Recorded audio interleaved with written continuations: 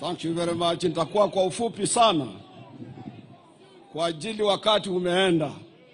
Rais na mheshimiwa shemegi yangu the Right Honorable Raila Amolo Odinga na waheshimiwa wote, mimi nataka kuwa kwa ufupi sana.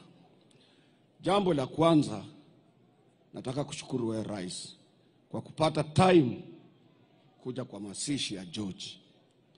Mimi nimepata nafasi ya kuserve presidents wa Kenya wote since independence. Nimeona serikali ya Kenyatta, mzee founding father of this nation. Nimeona serikali ya Moi, baada tulikaa naye 24 years. Nimeona serikali ya Kibaki, nimeona serikali ya Uhuru, na nimeona serikali yako. Na labda serikali yako ndio mimi nitaserve ya mwisho, na alafu nirudi kule Khwesera. Nataka kusema hivi, sio wote kwa hawa ma-president nimeona moja angelikuja matanga kama ya George. To be honest with you, I want to thank you very much for that. Kumpa Raila Amolo Odinga heshima ya kuja kwa matanga ya assistant wake. Na pia sisi tulikuwa katika Azimio vile unavyojua. Nilikuwa karibu sana na George. George is a terrible security organizer. Kuna wakati tulienda pahala, kuna upinzani ya watu wawili na wote ni watu wetu. Na fujo imetokea, kuna yuko mtu pale katika dais, watu wote wameondoka. Mimi ndio nilienda kuambia mheshimiwa Raila, hapa nafikiria hatutakuwa na mkutano hapa, iko fujo.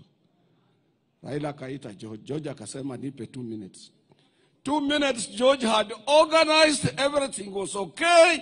Mkutano ikafanywa na ikaisha. Najua shemegi yangu kupata mtu kama huyo haitakuwa rahisi. Lakini mama Karen, wewe umepoteza sana pia kuliko sisi zote. Mwisho nataka kuongea maneno Daktari Oburu amesema. Kuna mzungu mmoja amekuja juzi kule Mbakasi. Huyu mzungu kuingia kwa tax, yule driver wa tax anamwambia Ruto must go. Ruto must go. Mzungu anamuuliza, me am a businessman, I've come here, I have a chemical branch of my organization. Where do you want me to go? Because mzungu hajui ni yeye anaambiwa he must go. Mimi nataka kuuliza wa Kenya, wacha tujaribu kuwa patriotic. Tupende nchi hii.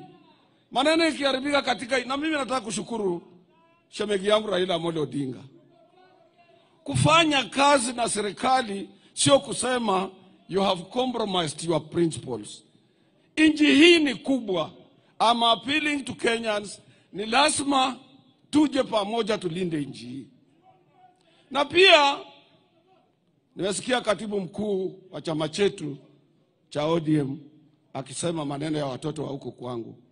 Pia ningeliomba nyinyi politicians, let us not